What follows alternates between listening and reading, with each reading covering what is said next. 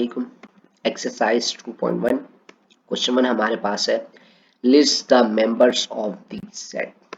ये देखिए, इस जो सेट हमारे पास गिवन है पार्ट ए के अंदर, वो हमारे पास क्या है, टेबुलर फॉर्म के अंदर, जिसे हम टेबुलर फॉर्म कहते हैं, जिसके अंदर x is a real number such that x square is equal to 1 के x जो है हमारे पास एक ऐसा रियल नंबर हो जिसके अंदर x स्क्वायर जो है वो किसके बराबर है, 1 के बराबर है। सही, ये हमारे पास कब कब होता है, जब x हमारे पास क्या हो, 1 हो या फिर -1 हो। क्योंकि देखिए -1 का स्क्वायर करेंगे जब भी आपके पास आंसर क्या आएगा, 1 ही आएगा, क्योंकि किसी भी नेगेटिव टर्म के ऊपर स्क्वायर यानी कि पावर इवन हो, उसका आंसर हमेशा पॉजिटिव आता है। ठीक है, तो इसलिए हमारे पास क्या इसका आंसर आ जाएगा, -1, 1 आ जाएगा। सही, तो ये हमने इसका एक लिस्ट बना दी इसके सेट की। ठीक हो गया, हमने सेट बनाने के लिए बोला होता तो हमने ये सेट बना दिया कि भाई ये जो आपके पास टेबुलर फॉर्म दी हुई है इसका सेट, ये इसके सेट के अंदर हमारे पास -1, 1 आ जाएगा। ठीक है, पार्ट बी हमारे पास है x, इज अ पॉजिटिव, यानी कि x is a positive integer less than 12। तो ये तो बहुत सिंपल सा है कि भाई x जो है एक पॉजिटिव इंटीजर है,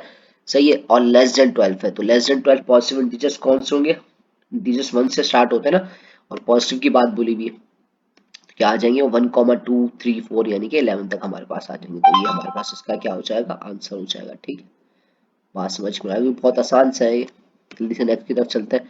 अब यहाँ बोल दिया कि भाई x is the square of N integer and x जो है वो लेस देन क्या है, 1000 है। सही, x जो है वो किसी भी एक इंटीजर का स्क्वायर है आपके पास। अच्छा, तो अब इंटीजर्स हमारे पास क्या होते हैं, 0 से 1, 2, 3, 4, 5, 6 इस तरीके से चलते हैं हमारे पास। अब इन्होंने बोला है कि भाई x कोई भी इंटीजर हो सकता है, उसका स्क्वायर, x का स्क्वायर किससे छोटा होगा, 100 से। अब जैसे मिसाल के तौर पे 0 का स्क्वायर मैं ले लूं वो 0 होगा, 1 का स्क्वायर क्या होगा, 1 होगा, 2 का स्क्वायर क्या होगा, 4 होगा, 3 का स्क्वायर क्या होगा, 9 होगा। हमारे पास ये 0 आ गया, एक 1 आ गया, फिर 4 आ गया, फिर 9 आ गया। हमें कहां तक लेके जाना है कि 100 से छोटा हो। 100 से छोटा तो यहाँ पे आएगा 9 का स्क्वायर 81। उसके बाद अगर मैं 10 का स्क्वायर कर दूंगा तो वो तो 100 हो जाएगा। 100 के बराबर नहीं, 100 से छोटा रहना है।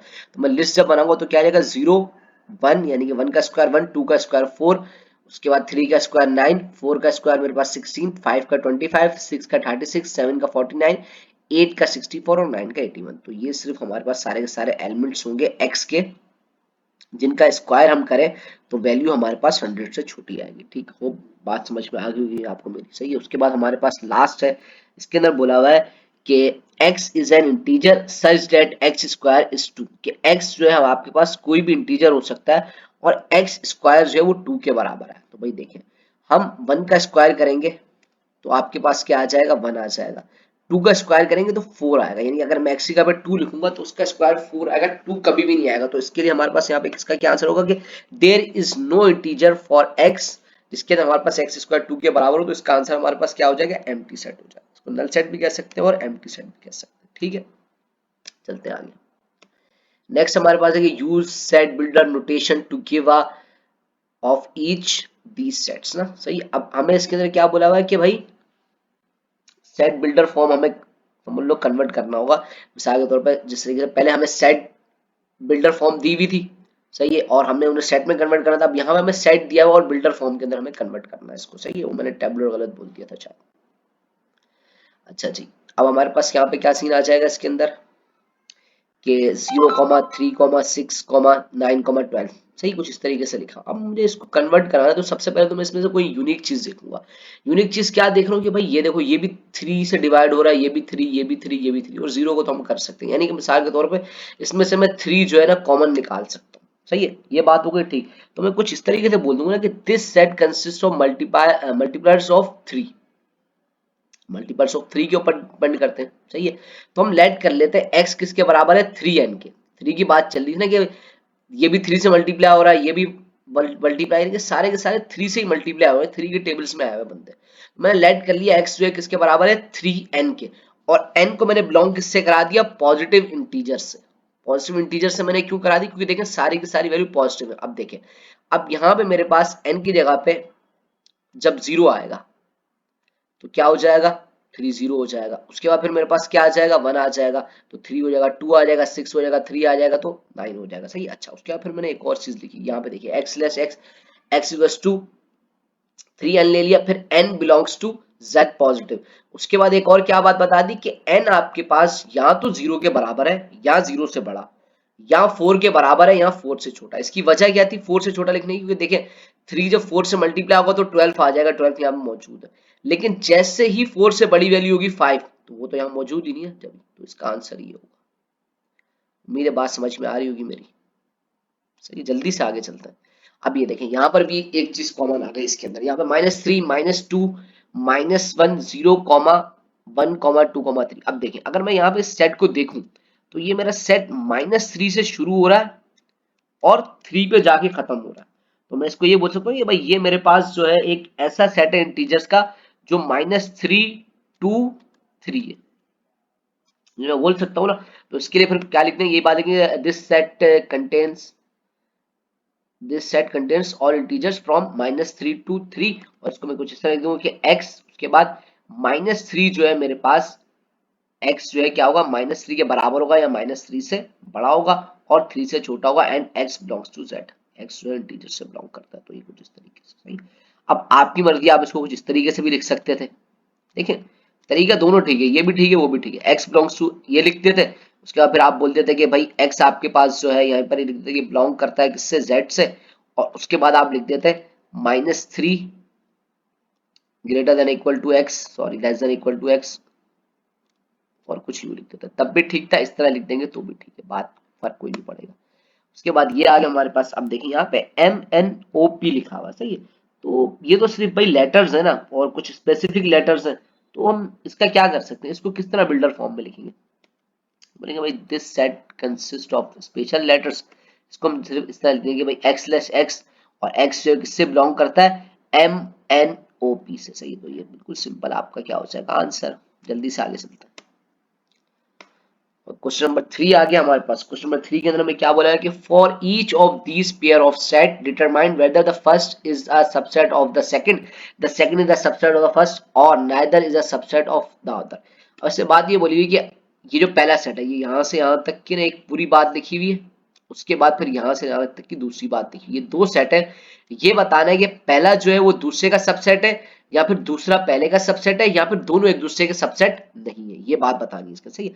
अब मैं पहली बात यहाँ पर देख रहा हूँ कि the set of airline flights from New York to Delhi, एक ये बात हो गई कि भाई न्यूयॉर्क से जो है ना दिल्ली एक फ्लाइट आ रही है। उसके बाद बोला है कि the set of non stop airline flights from New York to Delhi. अब देखें नॉन स्टॉप जा रही है फ्लाइट्स, सही है, तो इसका मतलब क्या है, सारी की सारी फ्लाइट्स जो है वो न्यूयॉर्क और दिल्ली से होती हुई जा रही होंगी। इसका क्या मतलब हो रहा है, आपके पास जो फर्स्ट हमारे पास सेट है, जो फर्स्ट मेरे पास है वो किसका सबसेट बन रहा है, सेकंड का, क्योंकि सेकंड वाले के अंदर सारी की सारी फ्लाइट्स आ रही है। सही, बात समझ में आई होगी। तो क्या लिखेंगे, the first is a subset of the second, but the second is not a subset of the first, क्योंकि हमारे पास जो है नॉन स्टॉप है ना यहाँ पे फ्लाइट्स, जो कि आपके पास Delhi to New York to Delhi जो है नॉन स्टॉप है। सही, तो ये बात समझ में आ ही गई होगी, ज्यादा लंबी करने की जरूरत नहीं है इस पे। अब यहाँ देखिए, यहाँ लिखा है the set of people who speak English, the set of people who speak Chinese. सही है, तो अब देखें इन दोनों के अंदर कोई लिंक नहीं मौजूद, तो ये सबसेट हो ही नहीं सकते। हम क्या बोलेंगे, neither is a subset of the other, ये बात लिख देंगे बस।